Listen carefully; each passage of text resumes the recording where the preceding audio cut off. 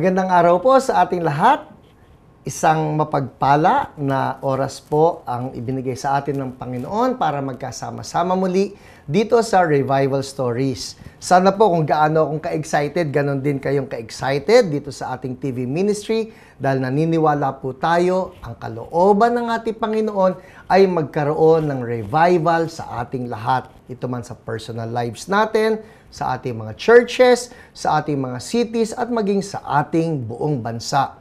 I remember that promise of the Lord in Habakkuk 2:14. Ang sabi po niya, the earth shall be filled with the knowledge of the glory of the Lord, even as the waters cover the seas. Ibig po sabihin, darating yung panahon, ang buong mundo, kasama po ang Pilipinas, kasama ang Luzon, Visayas at Mindanao, kasama ang inyong lungsod, kasama ang inyong church at kasama kayo, pupunuin po tayo ng kaluwalhatian ng ating Panginoon. That is what we mean by revival. At ito po ang ating pinapag-aralan sa nakalipas na mga linggo. Ano-ano ba yung mga signs na ang revival ay nangyayari sa ating kalagitnaan?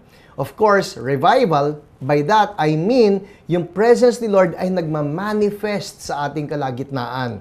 And as we continue on with this study, ang isa pa po na malinaw na manifestation ng presence ni God is when souls are being won to Him. Yes, one tangible sign of revival is that souls are being won to the Lord.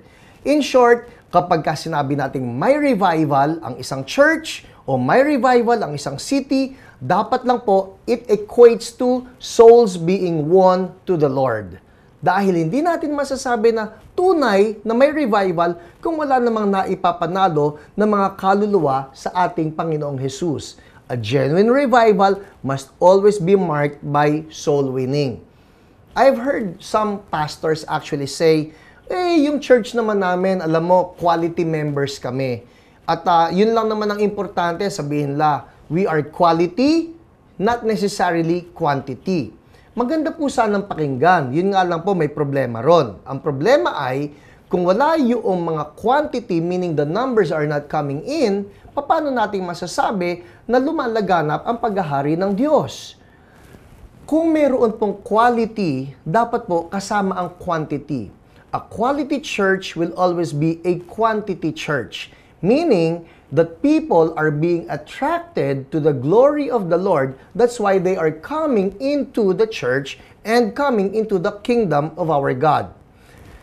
Para lamang po mapatunayan sa inyo na napaka-importante na nadadagdagan ng bilang ang mga churches, ang bilang ng mga mananampalataya sa loob ng church, we can actually look at the book of Acts because I would say that the book of Acts, the church in the book of Acts is a very good example for all of us to follow. I will cite to you a few verses na nagpapatunay sa atin, importante po ang quantity o importante ang numbers na magpasukan sa loob ng church so that we can say that revival is indeed taking place.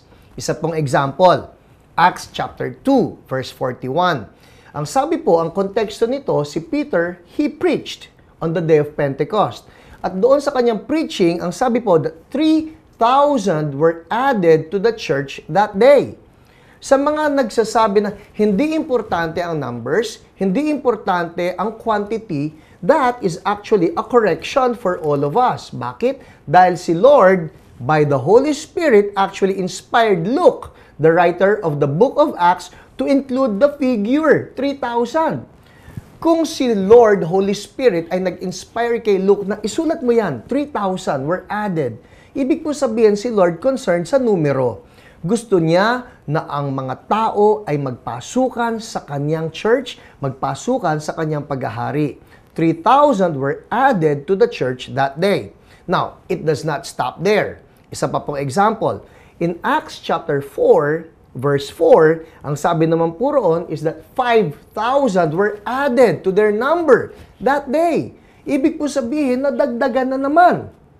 And of course, there are many other verses like in Acts chapter 6, verse 1. Ang sabi naman po ron, that the believers rapidly multiplied. I love that word. Hindi sinabi ron that the believers were being added. Ang sabi ron, the believers rapidly multiplied. There was actually a multiplication that was taking place within the church.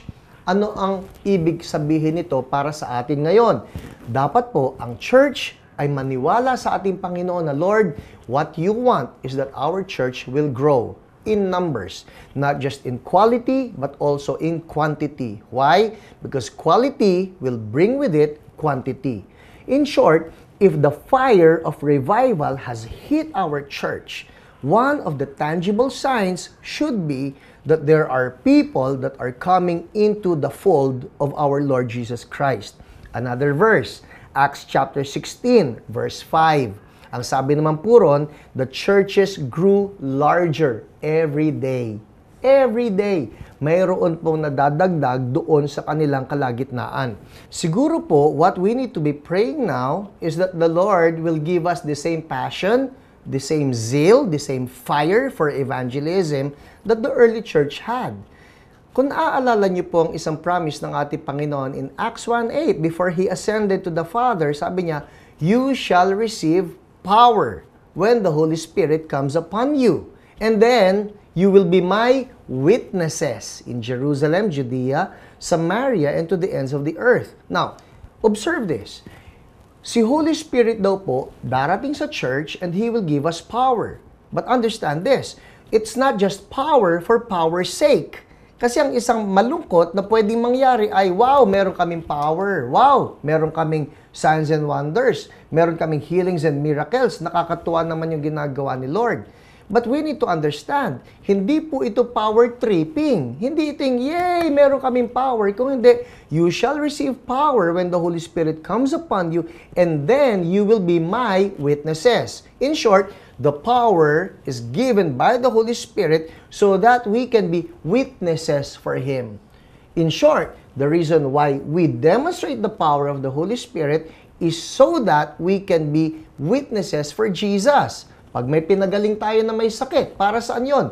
Para lang sa gumaling siya, maganda yon. Pero, kinakailangan po na yung gumaling ay ma-lead natin to a saving knowledge of Jesus. Merong bingi, nakarinig, lead that person to Jesus. Merong bulag, nakakita, lead that person to Jesus. And the people around who see the power of God at work will also believe that there is a Jesus who is alive, who is powerful, and who loves them because they saw the wonder of God. Understand this, the power of God is given to us so that we can be witnesses for Him. Ang nakakatuwa po sa church in the book of Acts ay meron silang kapangyarihan galing sa banal na spirito at yung kapangyarihan na ito, they used it to the hilt. Ika nga, ginamit nila ito, minaximize nila yung kapangyarihan na ito para sa gayon ay marami pa ang mga mananampalataya maaakay nila sa ating Panginoong Jesus. Sa lahat ng mga nanonood po ngayong gabi, probably you belong to a church that's also moving in signs and wonders, healings and miracles. Ang isa pong bagay na ilagay natin sa isip natin, kaya yan ipinagkaloob sa atin ng ating Panginoon ay upang magamit natin ito sa pagpanalo pa ng ibang mga kaluluwa patungo sa paanan ng ating Panginoong Jesus. The passion, the fire that Holy Spirit gives to us is something that we can use to win souls for Jesus.